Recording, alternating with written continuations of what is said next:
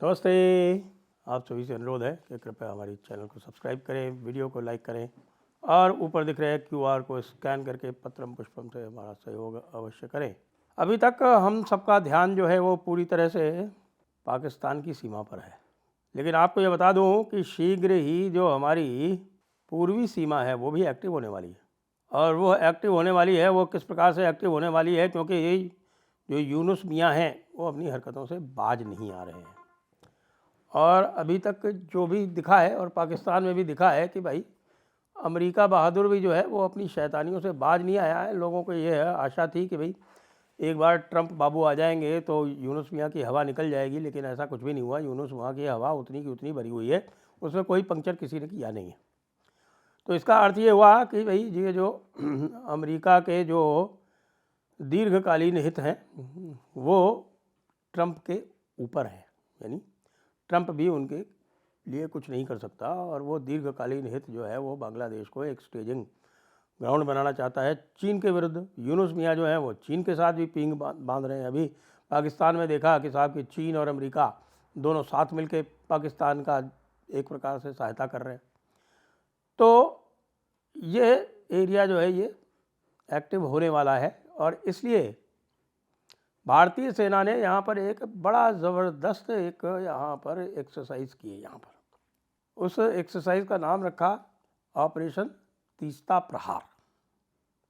तीस्ता आप जानते हैं, तीस्ता नदी है जो कि सिक्किम से निकलती है और जाकर फिर बाद में ब्रह्मपुत्र में, जिसको जमुना बोलते हैं, यहाँ वहाँ मिल जाती है।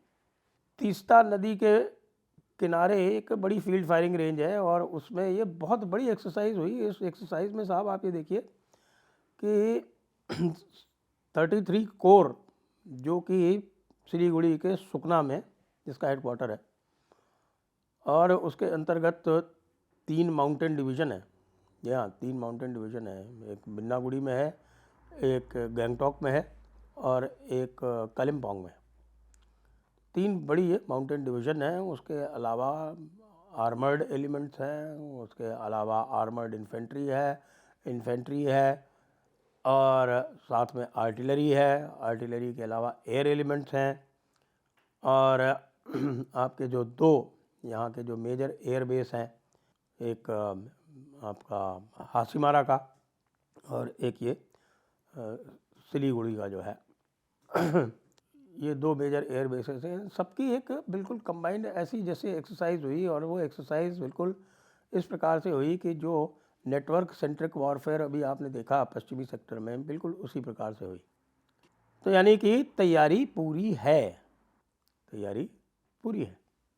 और ये भी बताया गया कि ये इन्होंने जो एक्सरसाइज की वो विशेषकर से जो एक रिवराइन एरिया होता है, यानी नदी का दलदली एक क्षेत्र होता है, उस पर कंसंट्रेट करते हुए की, क्योंकि यहाँ पर आप जानते हैं कि पानी बहुत है, नदियाँ बहुत हैं, पानी बहुत अधिक बरसता है।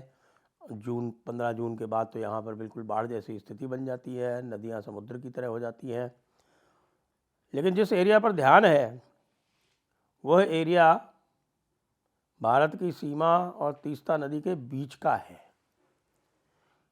जो भारत का ऑब्जेक्टिव होगा यदि किसी भी प्रकार की बदमाशी शुरू की बांग्लादेश ने, क्योंकि समाचार ये है कि जमात इस्लामी और यूनुस सरकार इन दोनों ने मिल के कुछ आतंकवादी भेज दिए हैं नेपाल में, और वो नेपाल से आईएसआई की सहायता से वहाँ से इकट्ठा होकर और हथियार वगैरह लेकर वो भारत में आकर आतंकवादी घटनाएं करने का प्रयास करेंगे, बिहार और उत्तर प्रदेश में विशेष रूप से। और ऐसा लगता है क्योंकि उत्तर प्रदेश में चूँकि एक बहुत मजबूत सरकार है योगी आदित्यनाथ की, तो इनका ये उद्देश्य होगा कि ये बिहार में करें, क्योंकि बिहार अभी वैसे भी चुनाव में जाने वाला है। और चूँकि बिहार जब चुनाव में जाता है, और वैसे भी कोई भी प्रदेश जब चुनाव में जाता है, तो चुनाव के पहले के 6 महीने जो होते हैं उसमें मामला थोड़ा ढीला रहता है, तो उस ढीलेपन का फ़ायदा उठाया जाए और यहाँ पर आतंकवाद फैलाया जाए। ये ओरिजिनल प्लान जो है ये आईएसआई ने इनको सिखाया था। जमात इस्लामी जो है बांग्लादेश की, वो तो आपकी पाकिस्तान की आईएसआई से भी ज़्यादा एक कट्टर संस्था है।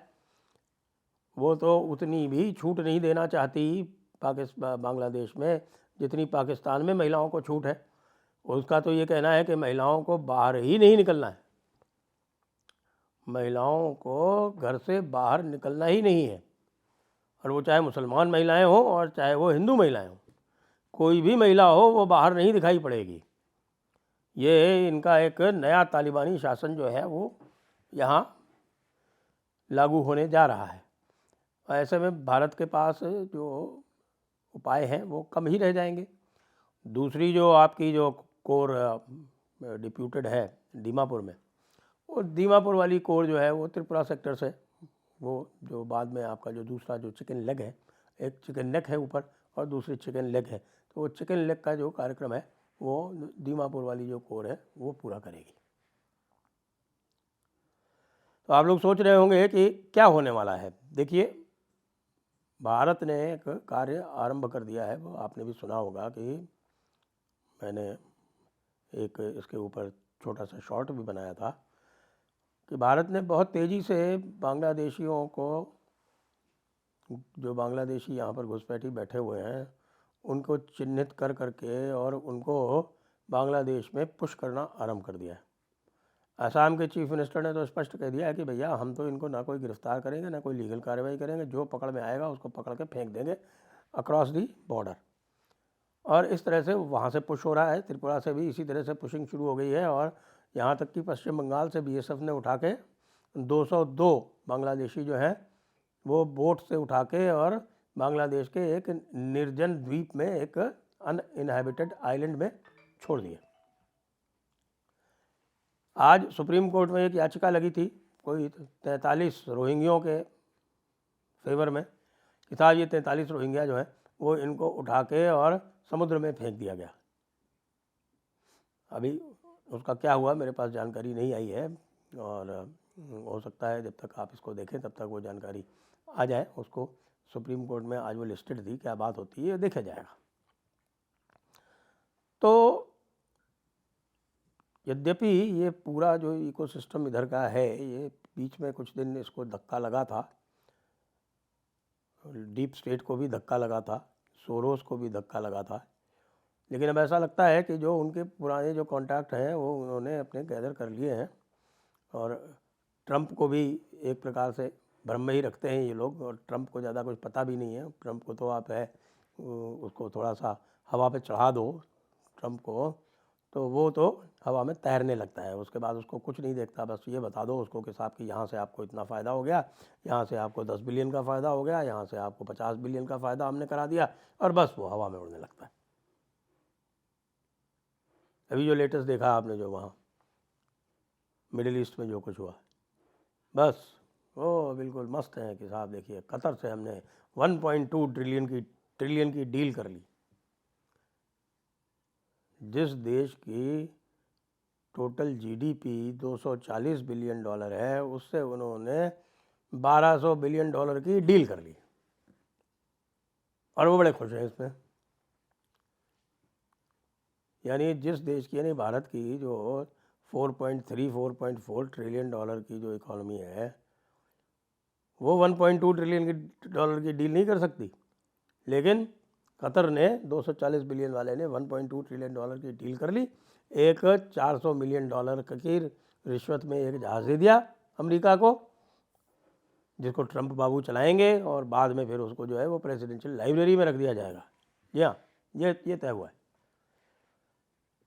तो इसलिए कतई भरोसा किया नहीं जा सकता, और इसीलिए इस समय नॉर्थ ईस्ट पर बहुत क्लोज वॉच है।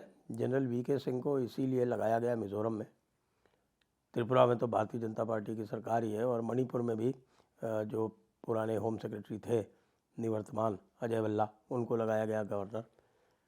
तो बड़ा क्लोज एक्शन चल रहा है। म्यांमार बॉर्डर पे जो एक्शन हुआ था, म्यांमार बॉर्डर पे अभी 10 आतंकवादी वहाँ मारे गए हैं। धीरे धीरे जो ये कुकी आतंकवादी हैं इनके ऊपर चारों तरफ घेरेबंदी की जा रही है, और चूँकि उनका जो एक मुख्य टारगेट हुआ करता था एन वीरेंद्र सिंह, जो कि मणिपुरी थे, मेतेई थे, तो वो मेतेई टारगेट चूँकि वो हटा हुआ है, इसलिए ज़्यादा कुछ ये कह भी नहीं सकते। कि साहब मेतई की तरफ से हमारे ऊपर अत्याचार हो रहा है, क्योंकि अब तो वहाँ पर भारत सरकार डायरेक्ट डील कर रही है। तो अगला जो एक्शन है वो बिल्कुल यहाँ पर होगा, लेकिन जो होगा वो आप ये समझिए कि पाकिस्तान को पीटने में 3.5 डेज लगे थे, लेकिन बांग्लादेश को पीट के अब स्ट्रेटेजिक ऑब्जेक्टिव क्या रखे जाएंगे, मुझे लगता है कि चिकन नेक को नॉर्मलाइज करना और चिकन लेग को नॉर्मलाइज करना, यानी कि चटगांव काट के और नीचे अराकान को देना और चकमास को और हिंदूज को देना, और ऊपर का जो ये रंगपुर एरिया है इसको काट के भारत के पास और दूसरे जो हिंदू हैं उनको देना।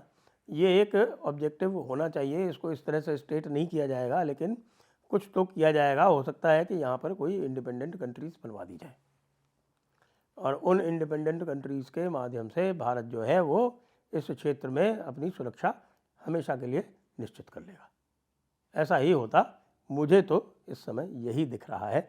और ये जो ऑपरेशन तीस्ता प्रहार है इसका यही संदेश है कि भैया पाकिस्तान तो निपट गया 3.5 दिन में, अब 1-1.5 दिन में इस बांग्लादेश वाले जो ये नालायक नकटे हैं इनको भी निपटाना है। जय हिंद, जय भारत, वंदे मातरम।